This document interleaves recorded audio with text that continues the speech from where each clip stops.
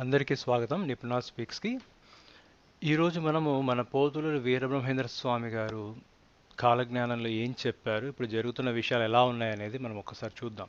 అంటే వాళ్ళు వీళ్ళు కాదు, నోస్ట్రడామస్ అనో బాబా వంగ అనో రకరకాల వాళ్ళు చెప్తున్నారు, కానీ మన బ్రహ్మం గారు చెప్పింది అక్షరాలా జరిగింది అని చెప్పడానికి, జరుగుతోంది అని చెప్పడానికి, ప్రస్తుత కాలమాన పరిస్థితులు అలానే ఉన్నాయని చెప్పడానికి మీకు కొన్ని ప్రూఫ్స్ చూపించబోతున్నాను. ఇంతకుముందు కూడా వీడియోస్లో నేను స్పష్టంగా నా దగ్గర ఉన్న పుస్తకం స్వామివారి సంపూర్ణ చరిత్ర ఒక 60-70 ఏళ్ల క్రితం ప్రచురింపబడినది నా దగ్గర ఉన్నది, ఆల్మోస్ట్ జీర్ణ వ్యవస్థలో ఉన్నది. దాన్ని మీకు ఇంతకుముందు వీడియోలో కూడా చూపించాను. ఇప్పుడు మీకు నేను ఆ పుస్తకాన్ని ప్రాథమికంగా తీసుకొని నేను చాలా రీసెర్చ్ చేశాను. ఆ రీసెర్చ్లో చాలా విషయాలు బయటకు వచ్చాయి. మనకు ఇప్పుడు జరుగుతున్న పరిణామాలు కానీ, లేకపోతే బ్రహ్మం గారు మళ్ళీ ఎప్పుడు తిరిగి వస్తారు, ఆయన చెప్పిన దాని ప్రకారం వచ్చే సంవత్సరం ఏది ఉంటుంది, ఇలాంటివి కూడా మనము రీసెర్చ్ చేసి దాన్ని ఒక చోట నిక్షిప్తం చేశాను. దాన్ని మీకు ఏంటంటే మళ్ళా వచ్చే వీడియోస్లో చూపిస్తాను. ప్రస్తుతం మనం ఇప్పుడు జరుగుతున్న విషయాలను ఒకసారి చూద్దాము. ఆయన బ్రహ్మం గారు ఏం చేశారు అంటే, మనకు తెలుగు సంవత్సరాలు కానివ్వండి, హైందవ సంవత్సరాల గురించి చూస్తే 60 సంవత్సరాలు ఉన్నాయి.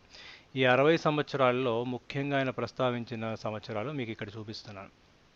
సర్వరి, శుభకృతు, క్రోధి, ప్రభవ, ఆనంద, పింగళ, కాలయుక్తి, సిద్ధార్థి, రౌద్రి, రక్తాక్షి, భావ, యువ, ధాతు, ఈశ్వర, బహుధాన్య, ప్రమాది, విక్రమ, చిత్రభాను, పార్థివ, విరోధి. వీటిని ఆయన పలుమార్లు తన పుస్తకాల్లో, తన రచనల్లో, తన కాలజ్ఞానంలో చెప్పారనమాట. అయితే అవి ఎప్పుడు క్రితంసారి 60 సంవత్సరాలకు ఒకసారి మనకి ఇవి పునరావృతం అవుతుంటాయి, కాబట్టి క్రితంసారి ఎప్పుడు వచ్చాయనేది మనం చూస్తే, ల్యాబ్స్డ్ అంటే అయిపోయిన సంవత్సరాలు కనుక చూస్తే, ఇది సర్వరి నామ సంవత్సరం 1900 సంవత్సరంలో, మళ్ళీ 1960, మళ్ళీ 2020 నుంచి మనకి ఏం జరిగిందో మీకు తెలుసు. బేసిక్గా మనకు ఆ 2020-21 భయంకరమైన కరోనా, విషపు గాలి అన్నీ వచ్చాయి. ఇవన్నీ మనం ఇంతకుముందు వీడియోస్లో చూసాం. శుభకృతు నామ సంవత్సరం కూడా చెప్పారు. 2022లో మనకి ఏం జరిగింది ప్రపంచవ్యాప్తంగా చూస్తే, రష్యా యుక్రెయిన్ వార్ అనేది ఒకటైతే మొదలైంది. అంటే కల్పాంతం జరుగుతుందా అంటే, ఎప్పుడు యుగాంతం కల్పాంతం జరగవు. అయితే చిన్న ప్రళయాలు లాంటివి వస్తూనే ఉంటాయి. అవి ఎప్పుడు ఏ సమయాల్లో వస్తూ ఉంటాయి. ప్రళయం అంటే ఏంటి? ఇప్పుడు కరోనా అనేది ఒక ప్రళయమే, దానివల్ల కొన్ని లక్షల కోట్ల మంది చనిపోయారు, అదొక చిన్నపాటి ప్రళయమే. అలాంటివి పునరావృతం రకరకాల విషయాలు అవుతుంటాయి. అదే ఇప్పుడు మనం చూద్దాం. ఇప్పుడు మనకు నడుస్తున్న సంవత్సరాలు కనుక చూస్తే, క్రోధినామ సంవత్సరం పేరుకే అది కోపమైన ఆగ్రహంతో ఉన్న క్రోధినామ సంవత్సరం తెలుస్తూనే ఉంది. ఎప్పుడు వచ్చింది కిందటిసారి అనుకుంటే 1904, తర్వాత 1964, ఇప్పుడు 2024. ఒక్కసారి ఈ సంవత్సరాలని, క్రోధి తర్వాత ఏముంది మనకు ప్రభవ ఉంది. ప్రభవ 1906, 1966, 2026. ఒకసారి చూస్తే మనకి ఈ సంవత్సరాలు ఏమైనా జరిగిందా అనేది, ఈ 1902 to 1906 కనుక పక్కన వదిలిపెట్టడం అనేది ఏం లేదు. ఇది ఎందుకంటే ఆ తర్వాతనే మనకు ముఖ్యంగా మొదటి ప్రపంచ యుద్ధం మొదలైంది. ఫస్ట్ వరల్డ్ వార్ స్టార్ట్ అయింది 1914 నుంచి స్టార్ట్ అయింది. సో అక్కడ పరిస్థితులు ఎలా ఉన్నాయో మీకు తెలుస్తుంది. ఇప్పుడు ఇక్కడ ఎలాంటి పరిస్థితులు ఉన్నాయో చూద్దాం. 1962లో మనకు ఆల్రెడీ చైనా ఇండియా వార్ జరిగింది. 64-65లో పాకిస్తాన్ వార్ జరిగింది. 1966లో మీకు వియత్నామీస్ వార్ జరిగింది. యుఎస్ వియత్నామీస్ అని చాలా రకాల ఆఫ్రికా నేషన్స్లో కూడా వార్స్ జరిగినాయి. అంటే ఈ 1960 నుంచి 66 మధ్యకాలంలో చాలా యుద్ధాలు జరిగినాయి. ఇవన్నీ కూడా ఒక చిన్నపాటి ప్రళయాలే. ఇప్పుడు కూడా మీరు కనుక గమనిస్తే, బ్రహ్మం గారు చెప్పింది మనం ఒకసారి చూద్దాం.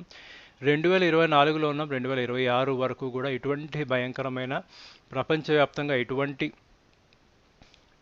పరిస్థితులే నెలకొని ఉంటాయి. సో ఇప్పుడు జరుగుతున్నది కనుక మీరు చూస్తే, మనకు జరుగుతున్నది ఇజ్రాయెల్ మీద హమాస్ వాళ్ళ దాడి, తదుపరి ఇజ్రాయెల్ వాళ్ళ దేశస్తులందరినీ కాపాడుకోవడానికి, టెర్రరిస్టులందరినీ చంపడానికి ప్రతి దేశం మీద, చుట్టుపక్కల ఉన్న శత్రు దేశాల మీద, టెర్రరిస్టు ప్రాంతాలన్నింటిలోనూ ఇప్పుడు దాడులు జరుపుతూ భయంకరంగా యుద్ధం జరుగుతుంది.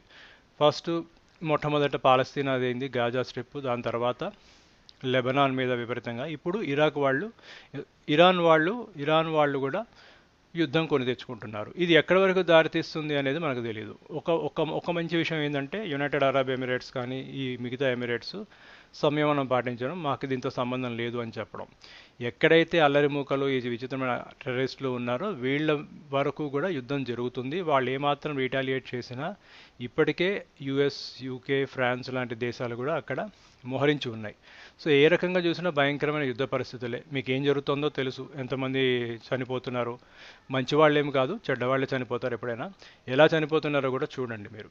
సో మనం ఇప్పుడు ఏంటంటే ఇంకా ముందుకెళ్తే పరిస్థితులు, బ్రహ్మం గారు పింగళ, కాలయుక్తి, సిద్ధార్థి వీటి గురించి మాట్లాడారు. ఇవన్నీ కూడా నేను రెడీ చేసి పెట్టాను. వీటన్నిటిలో కూడా ఎటువంటి పరిణామాలు ఉంటాయి అనేది భయంకరమైన పరిణామాలే ఉంటాయి. 2037 నుంచి 38 వరకు, 39 ఈ మొత్తం స్ట్రెచ్ మొత్తం భయంకరమైన పరిణామాలే ఉండే అవకాశం ఉంది మనకు, ఆయన చెప్పిన దాని ప్రకారం. ఆనంద గురించి నేను గ్రీన్గా ఎందుకు రాశాను అంటే, ఈ ఆనంద అనేటువంటి ఆనందకారకమైనటువంటి సంవత్సరాన్నే బ్రహ్మం గారు ఒక కొలమానంగా తీసుకొని ఆయన ఎప్పుడు తిరిగి వస్తారు అనేది చాలాసార్లు చెప్పారు. సో మనం ఇక ముందుకెళ్ళి కొన్ని విషయాలు చూద్దాం. ఇక్కడ